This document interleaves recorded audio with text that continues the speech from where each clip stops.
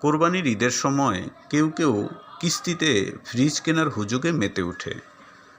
আসলে যা হওয়া উচিত ছিল সামাজিক হৃদ্যতা বাড়ানোর মাধ্যম, সেই ঈদকে আমরা করে তুলেছি সামাজিক সংকীর্ণতা ও ভেদাভেদ বৃদ্ধির মাধ্যম।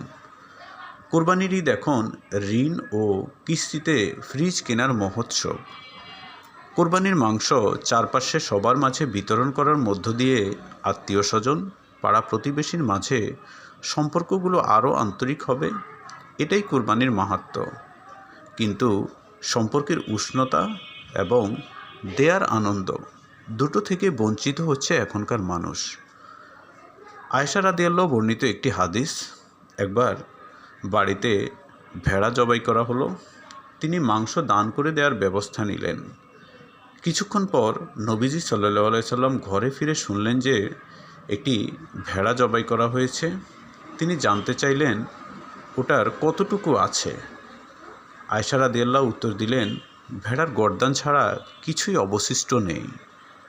নবীজি সাল্লাল্লাহু আলাইহি সাল্লাম বললেন, গর্দান ছাড়া বাকি সবটাই রয়ে গেছে। অর্থাৎ যা দান করা হয় সেটাই আসলে দাতার কল্যাণে আসে। কোরবানির ক্ষেত্রেও নিজের এবং পরিবারের জন্য যতটা কল্যাণ নেওয়া যায় তত ভালো।